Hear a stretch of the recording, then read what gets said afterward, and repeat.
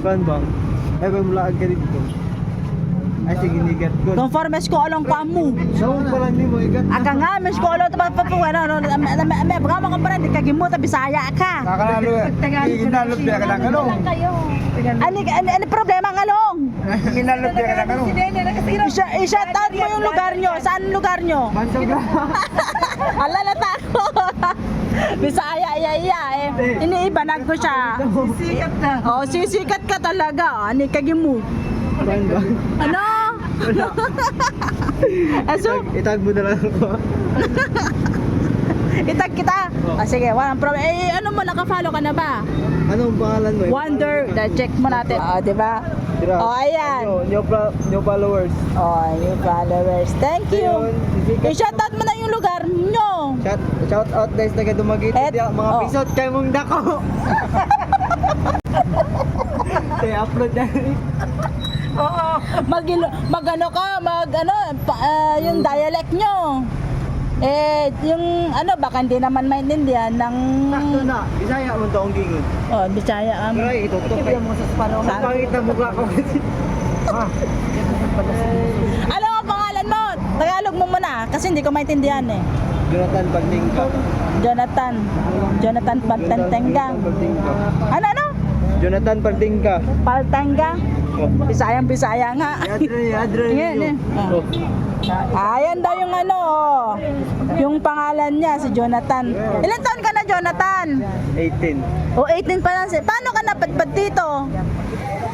Kasi, alam, magbisaya ako yung Tagalog. Tagalog, syempre. Tagala, kasi mainit dun sa Dumaguete kasi. Kaya pumunta na lang ako ng Cagayan. Pumunta rin ako ng Baguio.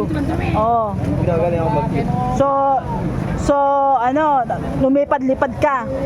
Parang may pakpak. Ngayon, yung pakpak ko, pinagduan ko na lang kasi Hanggang sa napadpad ka dito sa lugar namin. Ayan nga si Jonathan. Yan rin nagagal. Jonathan, dali ka, Jonathan. Huwag kang matakot sa akin, ha. Sabi, natatakot ka sa camera. Parang may something sa'yo. Lumingon ka dito sa camera. Ay! Jonathan, dali ka, Jonathan. May sasabihin ako sa'yo. Huwag kang mahiya kasi magiging sikat ka niyan sa lugar nyo kasi makikilala ka na. Taga Dumaguete, no? Dumaguete. Ano ang maganda sa Dumaguete at probinsya nyo? Maganda dito. Mas maganda dito sa lugar namin? Alam mo bakit? Mas maganda dito? Oh. Dito kayo, nagbablog sa mukha ko. Kaloko na binyo. Halika kasi, Maganda dito. ano naman yung parang, magkwento ka naman sa lugar nyo. Lugar namin kasi. Masayahin ba sa lugar nyo? May mga Masayahin dun. papansinan ba doon? Or, Lagi mo yung nag-away dun. oh? Dito na tahimik lang. Masaya dito sa lugar na. Ay, kapag bingi, komedyante na. Ngayon, Jonathan, wala ka pang balak. Ano bang natapos mo, Jonathan? Grade 12. Di ba sa grade 12, second year college, nga na yan. Oh, wow. Kung buhay pa yung papa ko. Buhay pa yung papa ko. Wala, hindi ako nagtatrabaho. Kung buhay pa si Papa, hindi ka sana na. Baka, kailan ba nawala si Papa? 6 years old daw. 6 years old nawala si Papa. Binaril. Pinagkamalan siya. Hindi, di ba? Bahay namin to. Oo. Tapos ganyan din yung pagdan. Nakyat nandun doon. Natutulog kami dun. Ano sa buhay, meron palang lungkot na nararamdaman ngayon sa... Isang lungkot. Oo, Yung may mama ko din. May iba dyan. Ha? Pamilya. Ha? Yung mama ko din, may iba na ding Pamilya. Anak. So parang napariwara ng buhay mo. Pero huwag mong hatakin yung sama ng loob mo sa pagiging pariwara ng buhay mo. Kailangan dapat ang buhay mo kailangan ko magsikap, maging maganda buhay ko para pakita ko sa pamilya ko na kaya ko din. Yung ganun sistema ba, yung mindset ba, yung... Ang nasa utak ko din. Huwag kang maganito Bakit? Hindi. Ang nasa utak ko din, pinipilit ko yung kasiyahan ko. Kahit napagod ako, yung ginagawa ko, kahit napagod ako, masaya din ako ginagawa. Ganyan din yung nasa utak ko. Hindi ako nagtatanim ng galit sa magulang ko. Maganda yan, maganda yan. Kasi kung isipin, kung wala sila, wala din ako. So nagpapadala ka pa rin sa mama mo? Sa ating Sa ate mo lang. So alam ng ate mo na nagtatrabaho ka dito? pinaparal ko siya. Pinapaaral mo ate mo? Hello. Fourth year college. Oh, sana naman pagdating ng araw maisipan mo bumalik sa pag-aaral. Sinabi ka rin sa kanya, pagkatapos ko pag-aaral mo, tapos hindi mo ako tutulungan, ayos lang. Hindi, kailangan pa rin yung yung mas inuuna mo yung ano niya, Ate, ganyan, future niya diba? someday. Oo. Babae din. Mas bakit kasi yung babae pinagtrabaho mo kaysa lalaki, di ba? Kaya mo na magtrabaho di. Trabaho. Walang ano sa'yo. Basta kakayanin yung tatrabaho mo. Ang nasa isip ko din, hindi ko naisip yung pagod ko. Hindi-enjoy ko kahit pagod. Ang nasa isip ko, Oh, paiyak ka na. Huwag ka nang umiiyak. nag-find na. Huwag kang iiyak. Oo. Nakakalungkot pala ng buhay mo, no? Nakikita ko lang na masaya-saya ka dyan, pero sa loob pala ng yung nararamdaman napakalungkot din pala. Ang pinili ko, maging masaya. Oh. Ayos lang kahit ganun yung pinagdaanan ko So, paano mo nakilala sila, madam, na nagiging boy ka nila? sa Facebook. So, sa Facebook? Talaga? Sa Facebook. Tinanggap ka na agad na kila madam. Magkano naman ano mo? Sabi, Oh, okay na 'yon. Kaysa naman na ano na para yung akala mo yung ano yung mga sa kalye-kalye nang hingi lang. Oh, kaysa naman na ganun ang ginagawa mo, 'di ba? ang unang trabaho ko, nag-farm mga chicken, mga manukan. Oh. Sunod, mga 1 year nun, lumipat ako ng babuyan. Mm. Matapos sa babuyan, lumipat ako ng pigere. Oh. Tapos mga bake shop, lumipat ako niyan. Tapos pumunta ako ng Manila ako lang isa. Batang-bata pa ako. Apply ako doon doon sa Kainta, Rizal. Trabaho ko doon mga sasakyan din. Dami mo palang na-experience na trabaho, no? Kaya baliwala sa iyo yung mabibigat na trabaho kasi nasanay ka na. Pagkatapos sa 2 years ako doon sa Kainta, lumipat ako sa Tagaytay. Nag-houseboy din ako. Oo. Hanggang dito. Naglakad din ako sa amin. So, katulad niyan, lilipat na sila, madam, no? Lilipat ka na rin, ganon. Depende. Depende. Kung wala ka pang mahanap na bagong amo. Nasa sayo din yan kung lilipat ka ba o. Pero maganda naman sila ganyan lang gagawin mo. Ganda na. Pupo ka lang, magkakarga lang ng tubig, ganun lang. Wala na, di ba? Pero kung usapang kwentuhan ng buhay. Sige, balik sige. Ganda din lang kita Ano ka Kung usapan daw ng kwentong buhay, idana-dano na lang ano na. Sanay na ako sa mga bigat. Sa kwentong buhay, baliwala na sa kanya yung mabibigat na pasanin ba? Yung mga ganyan. Maganda yan at nakakayanan mo yan kahit na marami kang problema, nakakayanan mo. Hindi yung namamalimos ka, hindi yung para kang badyaw. Alam mo yung badyaw, o Hindi yun. yung gagawin sa sarili ko. Kung kaya, isip ko na kaya ko na. Kaya ko na. Oh, tama yan. Yung kwento na pinalatulad ang siyama na. Nakilala na kano yan si madam ta Facebook. Taga Marinduque, Bisaya. Sikat na ang Ngayon, Dumaguete. sisikat na daw ang Dumaguete. Ngayon, nagsisikap siya para paaralin ng kanyang ate. College na daw yung ate. Ayan, ganun ang kaganda ng isipan, mindset ba? Magkasawa ka na daw taga dito. Wala ba sa isip mo? Kasi nakafocus siya sa pag-aaral ng ate niya. Inuuna niya ang makatapos yung fourth year college. Ayun. Kasi ko, inisip din yan sa mga mga kabataan dito. Kaya sabi, ibigyan kita ng jowa, ganyan. Ayaw sa inyo.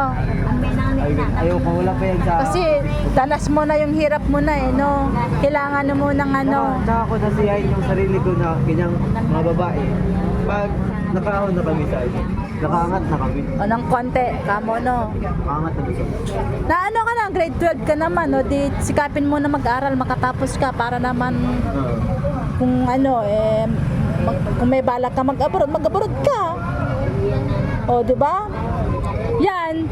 Huwag mo naman isagad na ibigay sa ate mo ang pera. Kailangan mag-ipon ka para sa sarili mo. Hindi, wala akong tinitira. Kasi kung sa baga, ang babayaran ko, tuition, allowance, may bahay pa. Bahay? Bakit? Upahan. Naupa ka? Upahan niya. Dito? Doon sa Dumaguete. Sa Dumaguete. Wala kayong sariling bahay. Malayo kasi yung paralan eh. So paano yung nanay mo na may asawa ng iba? May pamilya na. Paano naman siya? Nandun lang din sa bahay nila. Nakikilala ka pa rin niya?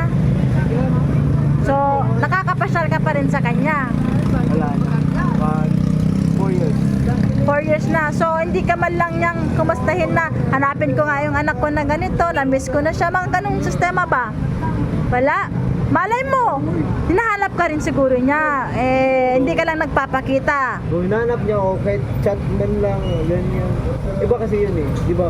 Ano baga, mama kita. Tapos, pag sahod ko na sa 10, sasabihin mo lang sa akin, o ganyan, maghingi ako ng pera oh. Anak, nakangumusta lang kapag ka May sahod mo na, may pera sahod. ka na. Ayun. Eh, ganun naman talaga ang nanay. Hindi. Pero nanay mo pa rin talaga yun. Mama ko pa rin. Pero Oo. mas masakit din sa akin kasi kung yung araw na nagkasakit ako, ganyan. Oh, wag kang iiyak. Wag ka nang umiyak. Hindi ako iyak din. Sango rin at tahi, may nalaman kinumusta. Ah, nung nagkasakit ka, hindi ka man lang yung kinumusta. Pero kinaya ko yun. Sa'yo nung nagkasakit ka. Kinaya mo. Hospital ako muna pero kinaya ko yun. Yun ang hindi alam ng mama mo. Shoutout mo si mama. Mama. Sabi ka pa, Wala. Oo. sinabi ko wala masakit. Eh wala. Oo. Sinabi mo ba? Sinabi ko yun. Ang nagsabi pa ngayon, yung amo ko sa Tagaytay. Hospital ako niya. Mga 1 month. Kasi may pamilya na sa kabila yung mama niya. 1 month. So, shoutout mo si mama. Malay mo, ma. Andito ako sa probinsya. Kuya, humingi ng pera. Huwag ka nang... Di ba? Hindi. Humingi ng pera. Wawawin. Malay mo, di ba? Oh, pagka, ay yung anak ko, kwento yung buhay ko, naawa pala ako sa anak ko, hindi ko man lang naramdaman yung feelings niya na hinahanap yung kalinga ng ina. Oh, yung ganun. Diyan yung jacket niya. Wawawin. May pagkakomedyante nga siya. Okay, maganda yan, masayahin ka kahit sa loob ng yung nararamdaman may problema ka. Okay lang yan, go. Wag ka lang matuluyan na na yung kasayahan mo, baka matuluyan na maging ganito. Oh. Wala sa akin. Oh, shoutout mo na, Dagmagete. Ay, mga ate mo, shoutout mo na, go. Para off na natin to kasi mapu-full storage na tayo. Shout out sa akong kagalingon kay Gigapoy. Ayusin mo yung pananalita mo para nabubulol. Ayusin mo, go. 1, 2, 3, go. Bigyan niyo ako ng babae, isa lang, joke. Shout out sa taga Dumaguete. Oh. Ano? Iniwan mo yung girlfriend mo doon. Lagot ka. Okay. Mababay na, bye-bye. Ako yung mag-share ni Paul. Ha? Bye-bye. Bye-bye. Okay. Mag-aral ka, ha? Oh, don't Para worry. Don't worry. Nag-English na, oh. Mag-aral ka. Di ba pa rin yung talagang nakatapos ka para naman ipakita mo na kaya mo lahat, ha? Huwag kang magdidibdib ng ganito, ganyan. Basta tuloy mo lang ang pangarap mo na magaganda. Medyo masakit. Oh. Itatawa ko lang, alam mo? Oo, ganun lang yun, ha? Huwag mo lang sobrang maging masaya, ha? Kasi napupunta sa ganun, ha? Narinig mo yung kanta ko. Tawanan mo ang iyong problema.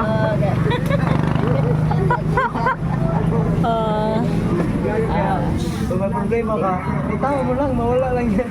True. Jonathan, ayan, nakilala natin si Jonathan na taga Dumaguete.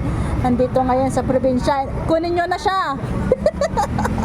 Joke lang, uy, bye-bye. Upload, i-upload. Upload ko na yan. Handa ka, upload ko na mamaya yan.